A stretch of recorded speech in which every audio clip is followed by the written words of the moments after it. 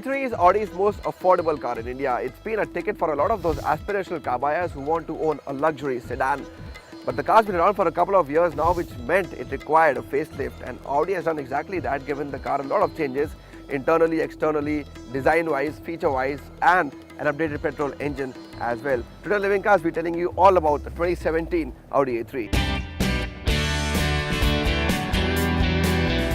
The A3 has been the bread and butter car for Audi in India.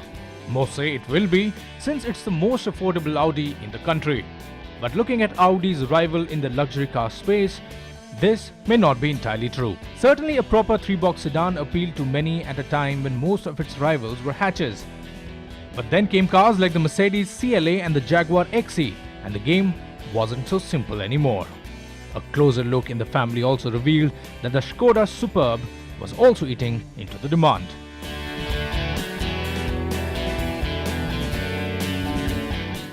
The refresh button was pressed and a lot was done to the A3 to make it more appealing.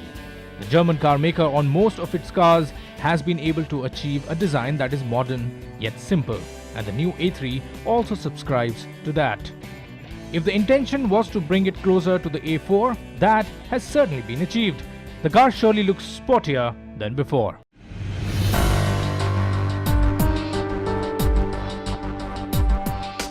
A lot of changes on the car, on the outside, both on the front as well as on the rear. The bumpers are redesigned, both of them.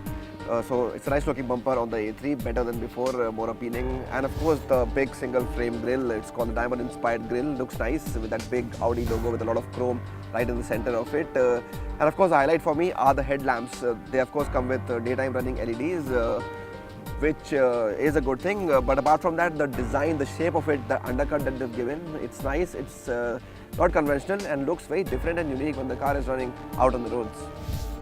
The rear also sees a new tail lamp cluster that comes with LED lights. And then there are the dynamic turn indicators, which have been a highlight on a lot of Audi cars. The small spoiler is a good feature on the car. Looks nice and proves its functionality as well. Audi is calling the interior spacious yet sophisticated, and that's a pretty apt, accurate definition of the interior. It's a nice place to be in.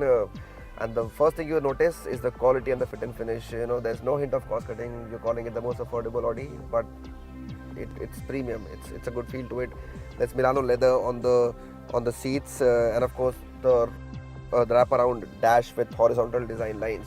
So that's a good thing to have on the car. The highlights for me, of course, are the retractable screen on the dash, the system which gives you infotainment, navigation, entertainment, and of course a lot of other options, and the circular AC vents, which are very functional, very practical. The steering wheel is multifunctional. It's a 3-spoke steering wheel, good to hold, gives you a lot of options, practical options, so makes it easier, more comfortable for you to be in the car.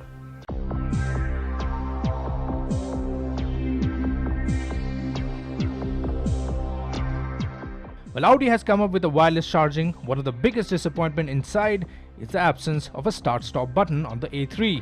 It's something that is now seen on most basic cars, so the luxury car buyers will want it, at least when he's on the driver's seat. What's also not there is the much-hyped virtual cockpit that really charmed a lot of enthusiasts in the recently launched A4. The A4 also misses out on being compatible with Apple CarPlay and Android Auto, again something seen on much smaller and cheaper cars. However, if you are in the A3 for the rear seat comfort, you will not be disappointed. The seats are comfortable, the cabin is roomy, and there's ample leg space. The center armrest and the AC vents add to convenience, and overall when it comes to the rear seat, the A3 does score over the CLA. Where the A3 also beats the CLA is in terms of boot space, as it gets a full 425-litre boot with a spare tire not eating up any part of that space. The Beamley Beach Road on the outskirts of Vizag is one of the most scenic roads you'll get to drive on in India. We sampled the A3 on this beautiful laid road with long curves and hardly any traffic. Like was the case earlier, the A3 continues to get both petrol and diesel options. But there is a significant change.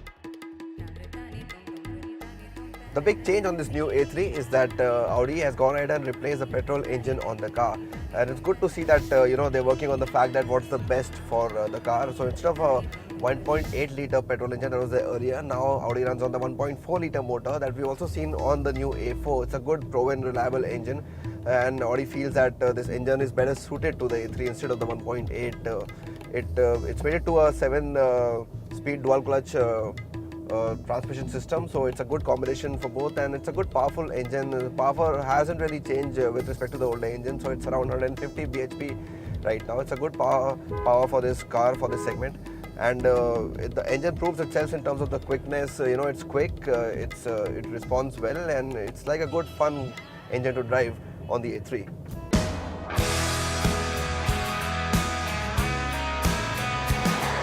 This engine can do a very capable 0 to 100 km per hour speed in just over 8 seconds, and a top speed of over 200 km per hour are pretty realistic on the car. A good amount of torque is available post 2000 RPM. Mid-range is where you'll enjoy the A3 the most. The S-tronic gearbox is a star here. Though it can be a bit more responsive initially, it more than makes up for it in higher speeds. But what you'll really miss is a paddle shift, which is a bit strange. It was present in the earlier car. But there's a diesel variant as well. It's a 2-litre motor on the diesel variant, slightly less powerful than the petrol at 143 bhp, but in terms of mileage they're both equally good, because Audi is claiming around 19 or 20 kilometers per litre on both the petrol as well as the diesel motors of the car. However, unlike the recently launched updated Q3, the A3 is only available with front-wheel drive, and quattro is the word that is missing here. Audi also has worked on the NVH levels, and the diesel does feel quieter. The cabin is well insulated that the occupants get an almost silent drive. The ride was surely both better with the new Bridgestone 16-inch wheels, and you feel it. The ability to deal with bad patches is very impressive. However, what you also feel is because that the handling isn't the same, as there's a bit more body roll than earlier. Now another highlight on this car, and we've only seen this in bigger sports cars, maybe like the Audi R8 V10 Plus, where the car runs on 10 cylinders, and if you don't require all the cylinders, you can use half of them and come to 5 cylinders and use less acceleration and get better fuel efficiency. With this, follow the same principle on just 4 cylinders of the new A3. So the car is running on 4 cylinders, but just in case the car doesn't require too much of load, it's a smooth gradual load you're driving on, you don't require very high acceleration, you can actually switch off 2 cylinders and run the car only on 2 cylinders, and that will give you still decent enough performance and a slightly better fuel efficiency as well.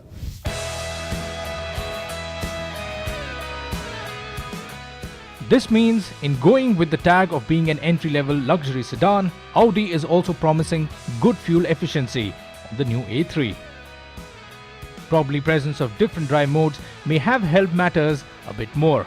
7 airbags are also a great feature, and all we need to know now is the price, which, if it stays around 27 lakh rupees, which was the case earlier, will be a great boost for the sales of the car. The new A3 really shatters the myth that if the car is the most affordable in the entire portfolio, there will be a lot of cost cutting in it, especially when it comes to luxury car makers. It's commendable what Audi's been able to do with this car. It gives you more features. The car is more premium than before in terms of design as well as ergonomics, and of course a new engine as well. An all-round improvement on the car certainly will make the A3 appeal to a much larger section of luxury car buyers.